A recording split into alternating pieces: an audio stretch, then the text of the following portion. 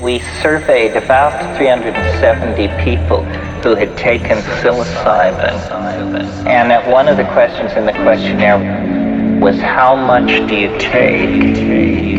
And the other question, buried at some other portion of it, was, do you hear voices?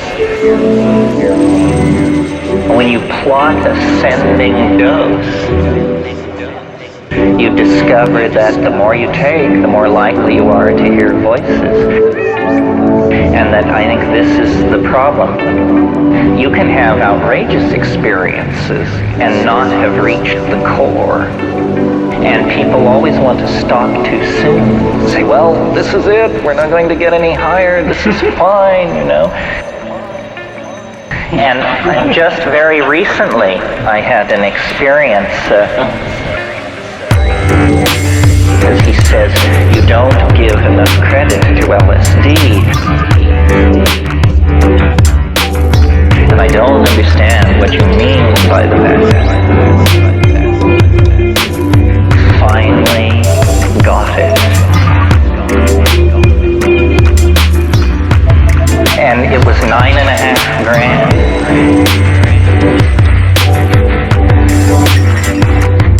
Okay, you know, you're way over the limit. So it is not the first phenomenon you encountered, or the second, or the third, but down deep this thing can come. It has to be sort of invoked. The first time I ever encountered the voices on the DMT flag, I couldn't imagine it was going to be a bigger deal than LSD. It's not going to take me by surprise. And I took a huge hit. And it was without a doubt the greatest compressed moment of growth I ever hoped to go through in life. I stopped being a Marxist. I stopped being a materialist.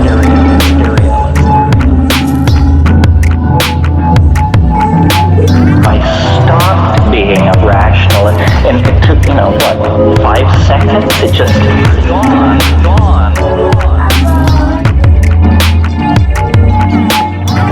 Cauterize them, burn them out beyond any possibility of ever reconstructing them, just they were gone.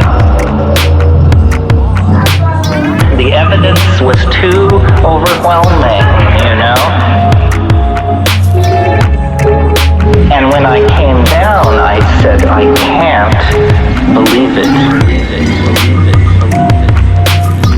Like ideological shock.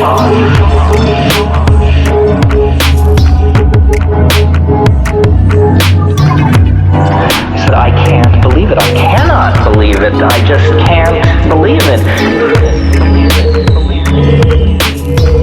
And yet I had not been prepared. I had not thought that magic ruled the world.